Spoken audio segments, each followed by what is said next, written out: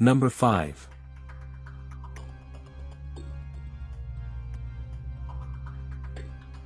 U.S. Customs and Border Protection officers arrested a mother in connection to a failed drug smuggling attempt as she tried to use of her 12-year-old daughter to smuggle more than 2 pounds of cocaine, worth almost $24,000, wrapped around her torso.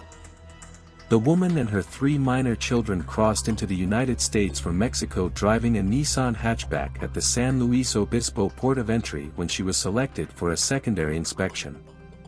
A customs canine alerted to the minor leading officers to discover the cocaine.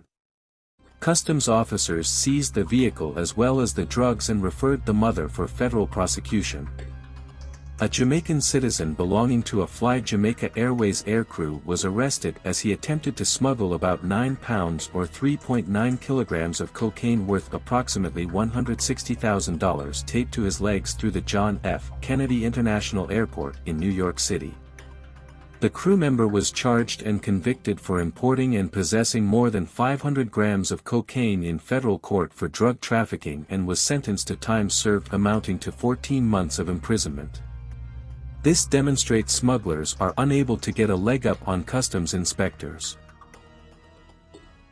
A United States citizen arriving at John F. Kennedy International Airport from Santo Domingo, Dominican Republic was subsequently escorted to a private search room where customs officers discovered cocaine packages taped to his legs of approximately 11 pounds of cocaine with an estimated street value of more than $180,000.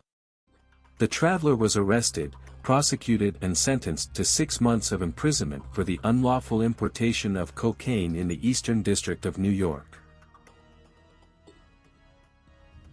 Police in Colombia say no mistaken identity as they round up 3 women dressed up as nuns, smuggling more than 13 pounds of cocaine.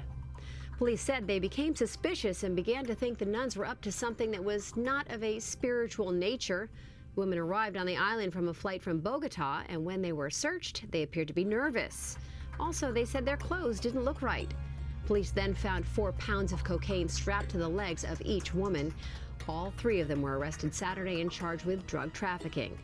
The island where the arrest was just off the coast of Nicaragua and a long-time smuggling route for cocaine from mainland Colombia. U.S. law enforcement dismantled 2 drug trafficking organizations operating out of the Chicago, Illinois area which used infants to mask smuggling transports to the United States and the United Kingdom. The general pattern of the conspiracies occurred in the following fashion. Beginning in about September 1997, the drug trafficking organization smuggled cocaine in liquid form secreted in baby formula cans, by using women couriers with babies to unlawfully introduce the drugs from Panama into the United States.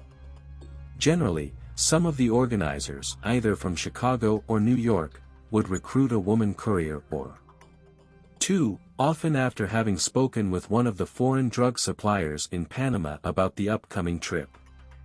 The organizer would then ensure that the courier had a baby for the trip, either the courier's own baby, or a baby rented from other parents.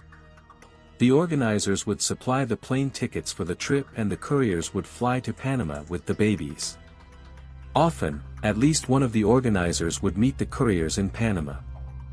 After being supplied with the cocaine in Panama, the organizers would give the cocaine to the couriers, who would fly back to the United States, usually Chicago, carrying the babies and the liquid cocaine in baby formula cans. There, the couriers would give the cocaine to the organizers, who would either cook it into crack, sell it, or store it. The cocaine that was stored was often smuggled into the United Kingdom using the same method, where it was sold. One of the investigations began in 1999 when an Atlanta customs agent noticed a number of women with babies were visiting military relatives in Panama, but reportedly were not staying near the base. Moreover, the women were from the same poor section of Chicago. Suspicious, he pulled one of the women aside, looked at her luggage and noticed that the weights of the formula cans did not match the weight on the labels.